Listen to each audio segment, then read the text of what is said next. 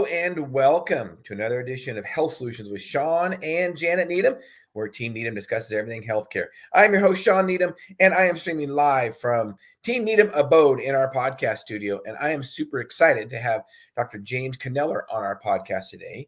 He is a cardiologist, and he can give you more specifics about the type of cardiologist he is, because it kind of goes over my head a little bit. But he's going to be discussing atrial fibrillation and non-traditional treatments. I met him in the Phoenix area last year. He works with Dr. Jack Wolfson, who we've had on our podcast, Natural Heart Doctor. And Dr. Kneller is kind of on the same path, doing some traditional and non-traditional treatments of atrial fib and other cardiac disease. So Dr. Kneller, welcome to our show. All right, Shawn, thank you very much. It's certainly a pleasure to be here. So tell us a little bit about your background, history, and training, and officially what you do now. Yeah, sure. So I am a board certified cardiologist and cardiac electrophysiologist in part-time traditional practice based in the Phoenix area, most specifically Chandler, Arizona, doing all things general cardiology, heart failure, and electrophysiology in particular. So I'm a AFib ablation specialist and do complex ablations for heart rhythms like SVT, PVCs, and ventricular tachycardia, plus cardiac devices like pacemakers, defibrillators, resynchronizing pacemakers, defibrillators, devices of these sorts to help the appropriate patient. I am passionate about whole patient care and getting the best results for each and every individual. And that has led me to seek opportunities beyond the traditional medical model, which I think has much to offer patients, with the medical model having a number of important limitations. And that very serendipitously, after pursuing my own sort of health stream, social media presence, influencer presence, as James Kneller, MD, got me in touch with Dr. Jack Wolfson, who's based here in Scottsdale, Arizona, with the Natural Heart Doctor mothership office. And for the past 8 months now, I've been doing consultations through Natural Heart Doctor based in Scottsdale, Arizona. That's awesome. It's quite a history. And tell me a little bit about so let's talk about ablations first. So when I think of atrial fib, we're going to focus on atrial fib. When I think of atrial fib, one of the treatments used to be 20 or so years ago was cardioversion, correct? Yeah. And atrial fib, but how many years ago did we start doing ablations? Ablations probably started around year 2000 for atrial fibrillation. And initially they had a lot of problems and really sent the technology back to the drawing board in a major way. And it has continued to make incremental improvements since that time and continue to gain traction in North America and around the world. Actually, I think of the French as the leaders in ablation technology and basic science. So it's grown from that time. I was doing PhD research in cardiac electrophysiology, thinking I was going to be a basic scientist electrophysiologist back in the late 90s and in 2000, when atrial fibrillation ablation was moving into the mainstream in cardiology and cardiac electrophysiology. And at that time, they were having major issues with pulmonary vein stenosis. You know, the French had published that the pulmonary veins, the four veins that bring blood back from the lungs, insert into the left atrium, they act as jet engines of electrical activity that initiate and perpetuate atrial fibrillation. The French had published on this, and they were performing catheter ablation for pulmonary vein isolation, you know, to ablate around the pulmonary veins, electrically silence them as part of the treatment. The issue was that they were ablating too close to the veins and even within the veins. And when that would happen, the fibrotic reaction and the healing process, the veins would shrink. And they would stenose, and then blood couldn't get out of the lungs into the heart. And of course, that's catastrophic. Yeah. So they had to work around that and realize that while the veins are still culprit, it's really the area around the veins, the antra of the veins, that actually is possibly even more arrhythmogenic. And so now we use what we call a wide antral ablation, ablating 1 centimeter away from the orifice of each of those veins, around the veins, to include all of the aberrant activity that can originate in the antra of the veins. Okay, that makes sense. Now, I guess we should go back to defining what atrial fibrillation is without getting into too much EKG stuff. What is atrial fibrillation and what causes it? Yeah, that's a great one. So atrial fibrillation is a disorganized rhythm in the top chambers of your heart, the atria. So a normal heartbeat is, when the atria initiate the heart impulse, they contract.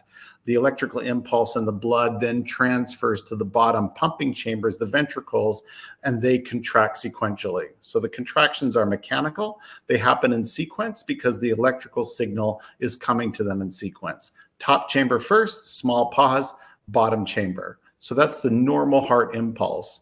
When electrical activity in the top chamber becomes chaotic, which it can be, the atrial tissue can support cyclones, hurricanes of abnormal electrical activity where the top chamber is really beating at 300, even 600 beats per minute. And the activity in those chambers becomes completely disorganized when that's happening. We call that atrial fibrillation.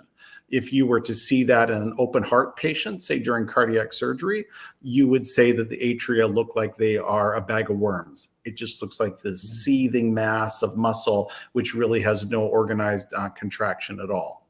The blood can then, whatever electrical impulse bombards the bottom chamber gets filtered through the AV node.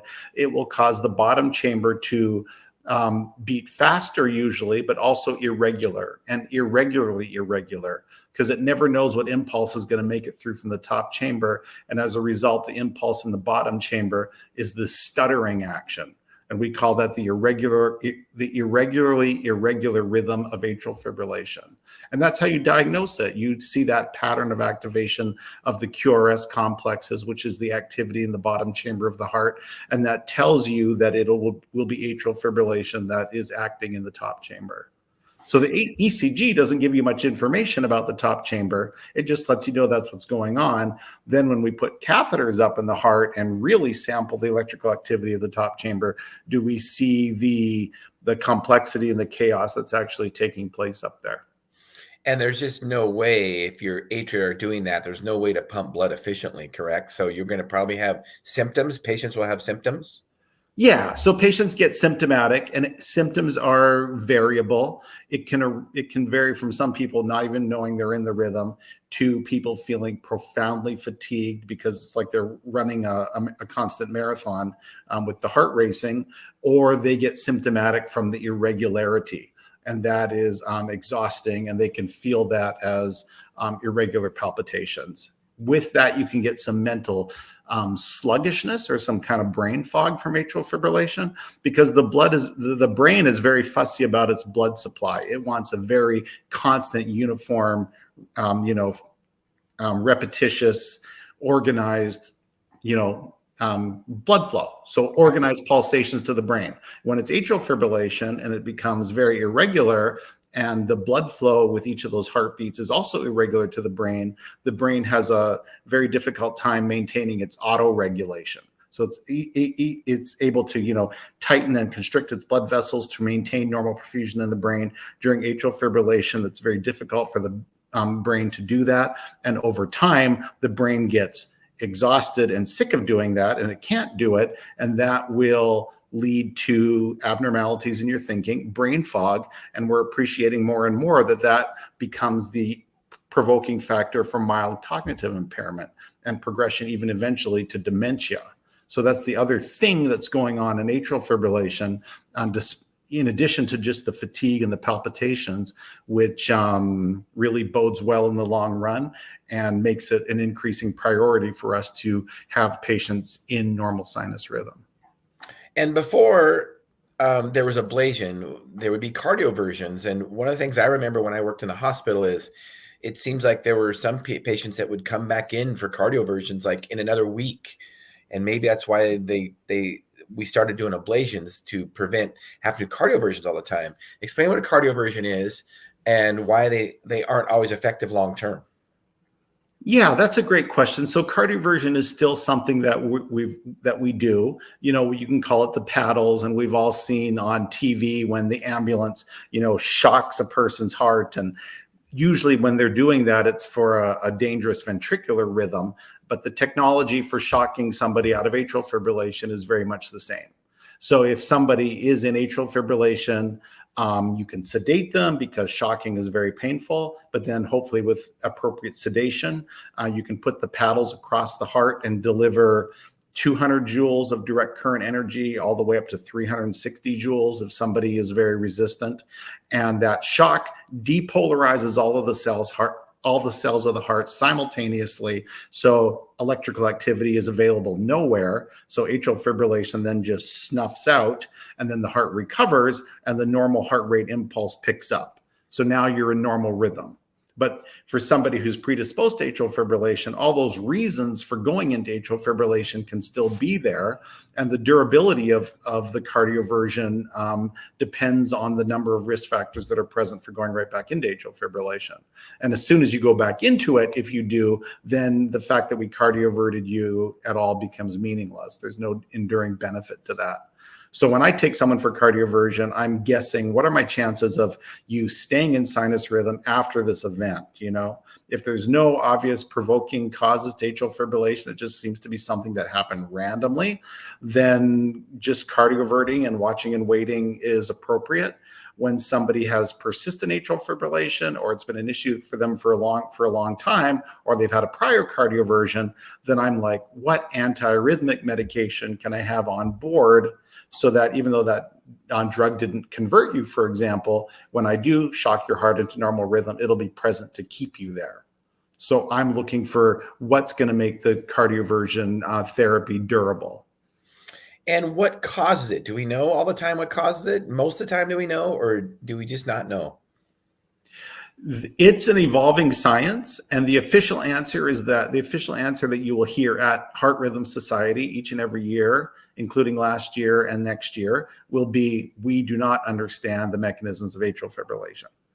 That said, we do know a lot about it.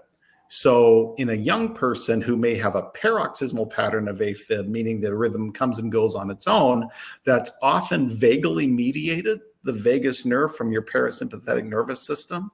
When the vagal nerve tone is high, that creates a substrate in the atria that really can support atrial fibrillation and makes the chamber vulnerable to going into atrial fibrillation, where then any random extra beat that may come along, and these things always do, could be enough to set up the spiral rhythm activity of atrial fibrillation, and now you're in that rhythm. As people age and accumulate pathology, so we're older, we may have some scarring in the heart, we might have some fibrosis in the heart, the autonomic nervous system becomes a little bit dysregulated or sluggish in the elderly cohort of patients, then the atrial fibrillation arises from the substrate itself. The atrial myocardium is a dance floor to support the electrical activity.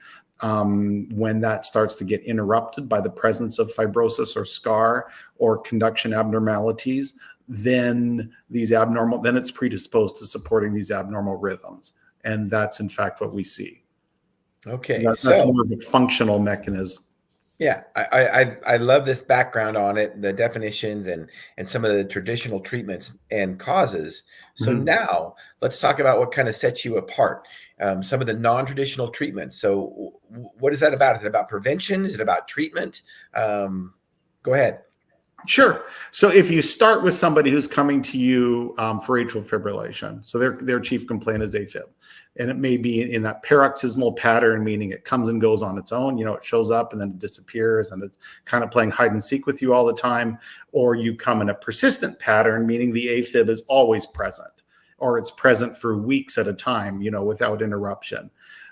Those two distinctions are important, but they're presenting to you with this. Then we look and we say, what are the contributing factors that are in front of us in your life that we can potentially reverse, hoping to reverse the substrate of atrial fibrillation, hopefully creating the milieu in the heart that makes the atrial fibrillation disappear or creates a situation where we can regain control of the heart rhythm. So there's a very nice there's very nice graphs of all the contributing factors that all point into AFib and make that rhythm change possible. Traditional heart risk factors are all part of it. So high blood pressure, for example, if your blood pressure is high, that's going to result in increased pressures inside the atrial chamber. So now the atria is stretched. And when it's stretched, it's electrically irritable. So high blood pressure is probably the #1 risk factor for atrial fibrillation. We know that glucose is highly inflammatory in our entire cardiovascular systems. Probably the #1 reason why we age and eventually die in the first place is high levels of glucose in the blood. That inflammation is going to impact in the atrial chambers, make them electrically irritable, create fibrosis, cellular dissociation over time. So diabetes, people who have the most glucose dysregulation are going to develop more atrial fibrillation. So we see risk factors like that. Atherosclerosis, someone's developing plaques in the arteries of the heart. That can also be arteries that feed the atria, resulting in ischemia to the atria. That is electrically destabilizing and can be enough to flip the switch from normal rhythm into AFib. More recently recognized risk factors are sleep apnea. So if you have sleep apnea, these are very, you're having, it's like someone's plugging your nose or cutting off your airway repeatedly while you sleep. And as a result of that, your adrenergic nervous system is activating and forcing you to become awake so that you don't suffocate. You can take a gulp of air.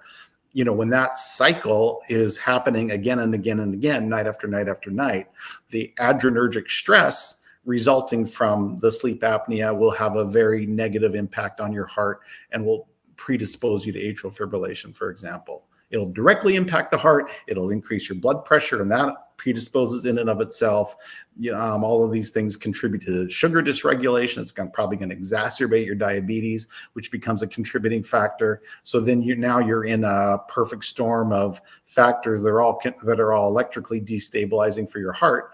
And the moment comes when your rhythm flips. You're out of that normal rhythm, and now you're in that very disorganized electrical activity known as atrial fibrillation, and away we go. So to treat those things, it's walk back the risk factors first and foremost, and give the heart the opportunity to do reverse electrical remodeling so it becomes more stable. What I think is so interesting, I mean, I'm learning as you're talking. I'm very much, my wife and I are two pharmacists that are very much focused on, preventative health and teaching people to sleep right, eat right, exercise right, all that stuff. And I would have never really guessed that the same principles to, help you be healthy, whether it be look healthy, whether it be, lower your blood pressure, all those kind of things, actually, when you do the wrong things, can also contribute to atrial fibrillation. Yeah. It's just a reminder how important it is that we take care of our bodies in general, overall. I can just tell you from my standpoint, I was, putting the heart in a little box thinking, oh, well, I don't think diet and exercise and sleep are really going to affect, atrial fibrillation. But obviously it does. Everything you just said is all preventable. And and as a cardiologist, I think you'll agree with this. We can't always prevent atrial fibrillation. There's some unknown causes, I'm sure, but a lot of them, it sounds like, are lifestyle related. So much. You're exactly right. So much of it is lifestyle related, preventable, and potentially reversible. And really, some of the highest quality research in cardiology, from Journal of American College of Cardiology, has identified that weight loss that's done in the context of exercise and increased lean body mass, for example, can have dramatic impacts on your vulnerability to atrial fibrillation and your response to treatment for atrial fibrillation. So those are the things we want to absolutely work on as soon as we're aware to. And atrial fibrillation can become a great motivator now to start getting your life back in order. Well, I can share a personal story. I won't mention his name, but he was a doctor that I worked with. He has since passed away, rest in peace, due to cancer. But he went into atrial fib, and he was not treating his body very well. And so, he was hospitalized. He loved to work out. So he was a big guy, and muscular, but he wasn't very lean because he didn't eat very well. Okay. So he ended up being in the hospital with atrial fib, and he was a naturopath actually. Oh, wow. And of course, they want to do ablation right away. And he says, let's just let things calm down. I'm going to make some decisions later on. Anyway, he changed his lifestyle and changed his eating, and started intermittent fasting, some things like that. And he lost I think he went from like 250 to 210. Okay. And over the next 5 years, he never had atrial fibrillation again. And until he was diagnosed with colon cancer, he was in the best shape of his life. And we really, I guess thinking about it, we shouldn't be surprised that, that we can prevent this kind of stuff by the way we treat our bodies. I mean, if you put extra weight on the body, you're going to put an extra load on the heart, and it's going to cause all kinds of problems. I can see why the heart wouldn't want to pump appropriately, Right. Absolutely. No, that's a great story. That's a great story, and somewhat of a classic story of someone really using atrial fibrillation as the motivation to overhaul their life, their regimen, their diet, their exercise, their weight, and you bring all of these risk factors under control, and you can control atrial fibrillation. Now that is not true for everybody, and it's those are then the people that we need strategies to help them achieve normal rhythm. So other than some of these lifestyle changes that, we talked about just in general, what are some other non-traditional treatments? What about is there any kind of mineral deficiencies? I think of magnesium. Yes. Yeah. So let's talk about some of those things. Oh, for sure. So that's a great point. So magnesium and potassium in particular are electrically quieting for the heart. So you want ample levels of magnesium, ample levels of potassium to help with electrical quiescence and rhythm stability in the heart. Almost everybody in North American society, I think, is magnesium deficient. A lot of people have lower potassium levels than they probably should. That can be due to diet. It can also be due to other medications, particularly medications for high blood pressure, can mess with the levels of electrolytes in your system. And even if on your blood test, your levels might show that they are normal range, in fact, they could be substantially higher and should be substantially higher, but still within normal range. And often the blood tests we do are misleading about what's happening inside the cells of our heart, which has a huge effect, and probably even a bigger effect on the electrophysiology. And that's especially true for magnesium. You measure magnesium in your blood and you say, well, that's essentially normal range. Well, intracellular magnesium can be substantially deficient in that same situation. So the blood needs to do everything it can, or the body needs to do everything it can to support electrolyte levels in the blood pool. And it will do that at the expense of intracellular electrolytes. So it's got to maintain the blood pool. And if the blood pool is too low on magnesium, it says, okay, everyone pony up, contribute some magnesium to the blood pool to raise those levels. So those levels look high when in fact the intracellular magnesiums deplete. So it behooves almost everybody to have a good natural form of magnesium as a supplement, to keep the blood levels nice and high, so that the cells have the ability to now pull the magnesium out of the blood and take it intracellularly. And what about potassium? I know, we got to worry about giving too much potassium, but is that really a problem orally? So I get nervous with people who have renal dysfunction. Right.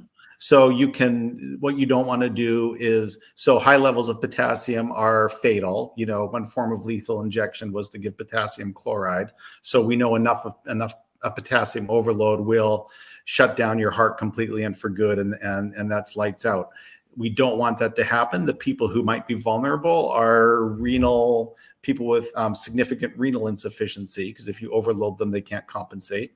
But for people with normal or generally preserved renal function, really they can tolerate potassium supplementation and a diet with foods that are high in potassium, and they will not get overwhelmed. Because when the levels get nice and high, the cells are happy, and before they can ever go too high, the kidneys are able to compensate. So I'm confident definitely recommending high potassium foods to almost everyone with atrial fibrillation. And if they have reasonable renal function, telling them that a potassium supplementation can also be helpful. And often that's enough to make the difference. And if you do follow-up blood work in those individuals, their potassium levels are just fine. They're not too high. That's good to know. Yeah. So what are some other maybe more outside of minerals and vitamins, what are some other maybe herbal things that you might recommend for atrial fibrillation? Yeah, so I'm excited. That's a good question. I'm excited about two right now. In cardiology, we have this paradigm: are we going to do rate control or rhythm control? So rate control is like AFib. We accept that it's here. We're just going to try to slow down your heart so it doesn't bother you so much. Rhythm control is like, we don't want atrial fibrillation. We want you in normal rhythm.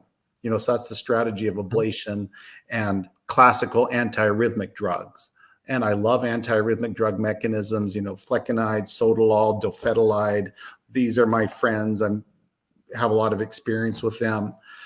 So then it's very interesting to me when a herbal entity may come along that has antiarrhythmic action and has the ability to convert you out of atrial fibrillation back into normal rhythm and then keep you there.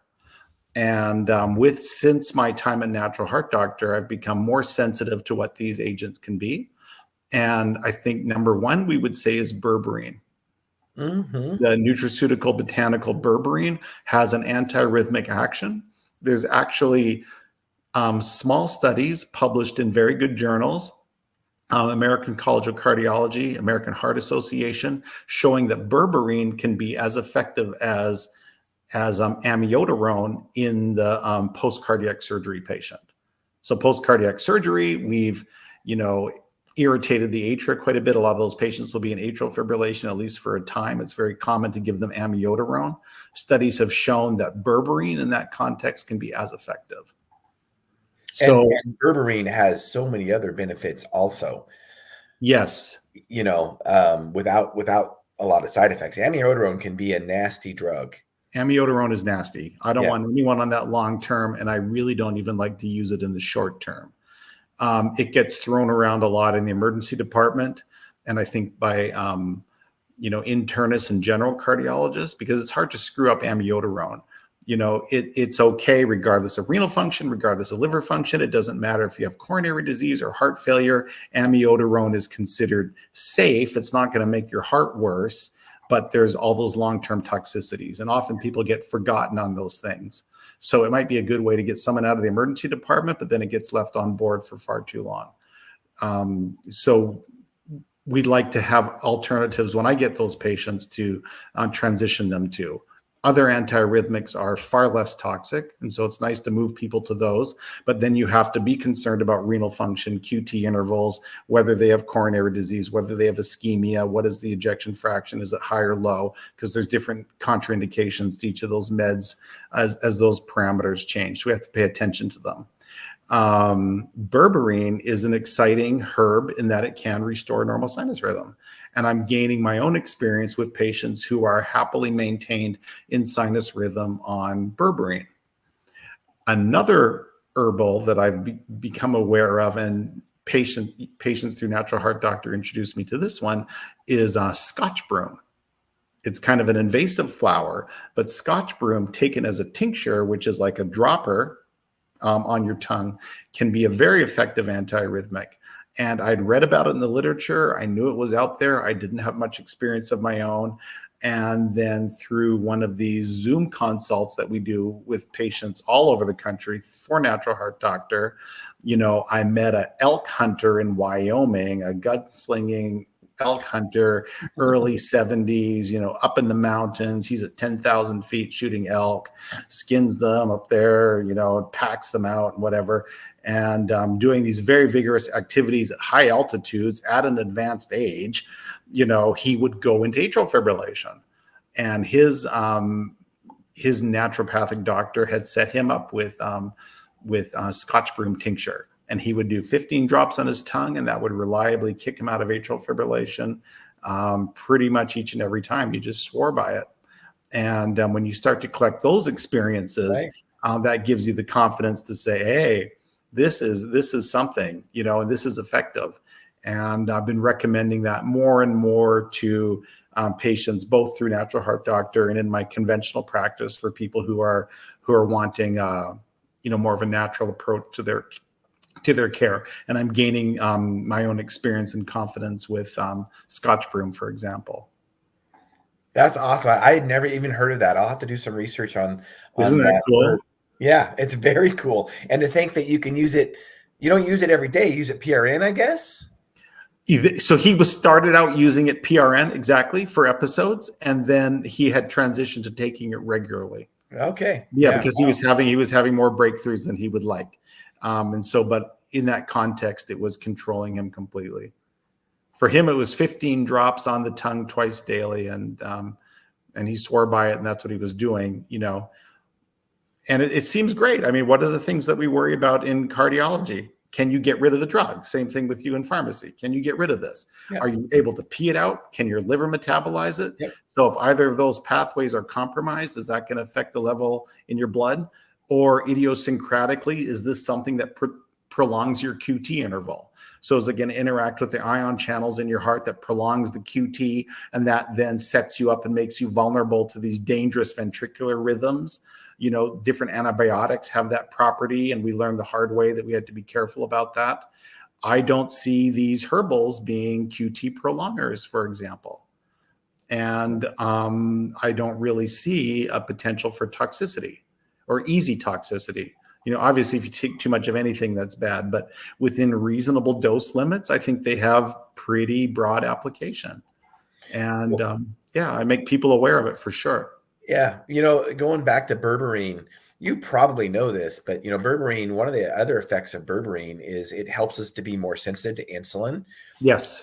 And that alone, talking about glucose levels and atrial fib, that alone is just another benefit of berberine, not just on the actual rhythm of the heart that you're talking about, but to help prevent the metabolic disease in the first place. Yes. So it's interesting to me, is the action of berberine all through the metabolic effects and glucose control, or is there also a direct antiarrhythmic action? That's what I was thinking in my head when you were talking that. Yeah, I've never heard of it really used for atrial fib, but obviously for diabetes and things like that. So that's just very interesting. I also think one of the things is that, as most all drugs come from a plant source, right? But we go to that plant source, whether it be berberine or the one I like to use is white willow bark, because that's the first drug that was ever isolated. It was aspirin from white willow bark. Oh, right. Yeah, and one of the problems with pharmaceuticals is we try to take that white willow bark and we try to find the active ingredient in it. But we don't know what we don't know. So we try to find an ingredient in it that we think is active, and we do studies on it, and it might work. But the problem is there's probably other ingredients in that plant that work synergistically with it and other ingredients that decrease side effects. So when we first isolated aspirin from white willow bark, because we knew that the natives were using white willow bark for headaches and for pain and inflammation. Yes. And fevers, we started using, we isolated the active ingredient. Next thing you know, we're giving people GI bleeds. We're giving people kidney problems. White willow bark never caused that. And we don't know why, because we don't know what we don't know. And we'll never, ever figure that out. That's why, trying to isolate an active ingredient from any kind of natural source is just, I'm not saying it's not necessary, because there's drugs that are life-saving. Yes. There's some problems in it also. Absolutely. No, that's a great point. That's a great point. Right. And now what are we going to do, and how do we get people to take white willow bark? Exactly. And how will you ever shift the medical community, Yeah. Right. Now that it's so entrenched. I mean, we know that aspirin is not that great and it's not that effective, but it has now become the standard of care. So to displace it, even though it kind of sucks, you have to prove that you have something better. And the only way to prove that is through some very large controlled trial that would ever be enough to give doctors permission to say, just use white willow bark rather than this aspirin isolate. And there's no one to pay for those studies. So we're going to be stuck. And that leads us to your type of practice, my new type of practice is when do we look beyond the medical guidelines to find natural therapies and identify natural therapies for people that are going to be effective for them, but that a traditional doctor will never have license to recommend to them. Yeah, exactly. Well, and thank goodness for doctors like you and Dr. Jack Wolfson, because, we definitely need you guys. And, my whole goal as a pharmacist is just to educate and empower individuals to take charge of their own health. I think as doctors and pharmacists, we can help teach them. But ultimately they've got to, just like you're talking about with atrial fib, they've got to ultimately take charge of their health in order to prevent disease. Absolutely. Yeah. Yeah. There's a lot the patient can do. And when they're looking for us for other answers, and I think it's up to us to use our medical education and sophistication to see what our therapies are capable of, recognize their limitations, and recognize what things should be able to go beyond those limitations, and then help take the willing patient in that direction and to take those extra steps. Absolutely. And so I thank you for being on today. As we wind this podcast up, I'd like to ask you, what is your passion? What do you have a passion for? What do I have a passion for? Helping people ultimately, but also understanding mechanisms and finding optimal solutions. My background was original engineering. I love the closed form mathematical solution. You solve the problem rigorously, and that solution worked each and every time. And when something didn't fit the solution, it was because there was an error in the way that it was applied, but we knew the answer to problems. And that's what motivates me. And I know medicine doesn't provide that. It's a lot of, Band-Aids and symptom cover-ups, and that may be for a good reason. We don't know ultimate solutions, but I would like to find ultimate solutions for people and to bring kind of that engineering model into medicine. So you mentioned that you do consults from people all over the nation. I'm streaming you guys' website here. Fantastic. Yeah, it's Natural Heart Doctor. You guys are down in Scottsdale. Tell us a little bit about getting a hold of you if somebody has some questions. Yeah, so call the office or on the website. There's links to schedule there's links to request a health coach consult or to schedule directly with I or Dr. Wolfson or one of our natural medical doctors. So it's all available through the website. If that's confusing, please pick up the phone call and call us, and we'll help walk you through it. But yeah, I'll do a second opinion consult for anybody anywhere in the country or around the world. Happy to see you also in Scottsdale, Arizona. Lots of patients flying out to see us after that telehealth consult. You'll meet somebody and you say, well, I think you need a stress test or something from cardiology. Or if you want me to prescribe for you, I need to see you in person. And the next thing you know, they're on an airplane and they're in front of you. So a lot of people don't have general cardiologists or the one they want. And we can provide that service as well. But certainly we can get set up online. Yeah, absolutely. Well, you guys have a wonderful facility. I feel honored to be able to meet and chat with you guys. I'm hoping to see you guys again soon. Who doesn't want to go down to Scottsdale in the middle of the winter up in the north? Yeah, no, this is perfect. And I just say bravo to Dr. Jack Wolfson for setting up Natural Heart Doctor, and taking the practice that far. It was a dream for me to do. I've met him before I achieved that on my own, and I'm just amazed by what he's assembled. Well, and thank you for stepping out. It's really important that more doctors step into more non-traditional treatments, because there is a lot of validity to them. We want to provide a pathway for other practitioners to begin this style of practice, or add this style of practice as a complement to what they're doing already. I love it. Yeah, well, Dr. Kneller, that winds up our podcast. I'd like to thank you for helping us to realize our goal, which is just to educate and empower individuals to take charge of their own health. So I really appreciate you being on. Your knowledge and wisdom is super appreciated. So thank you so much. Awesome, Shawn. Thank you so much. Yeah. Listeners and viewers, thank you for tuning in to Health Solutions with Shawn and Janet Needham. Tune in Wednesday to our midweek podcast. I don't even know what the subject is yet. Actually, I'm going to be on my own and I'll be talking about something, but I don't know what yet. So tune in Wednesday, 8 a.m. to 9 a.m. Pacific Standard Time. Health Solutions with Shawn and Janet Needham. Thank you.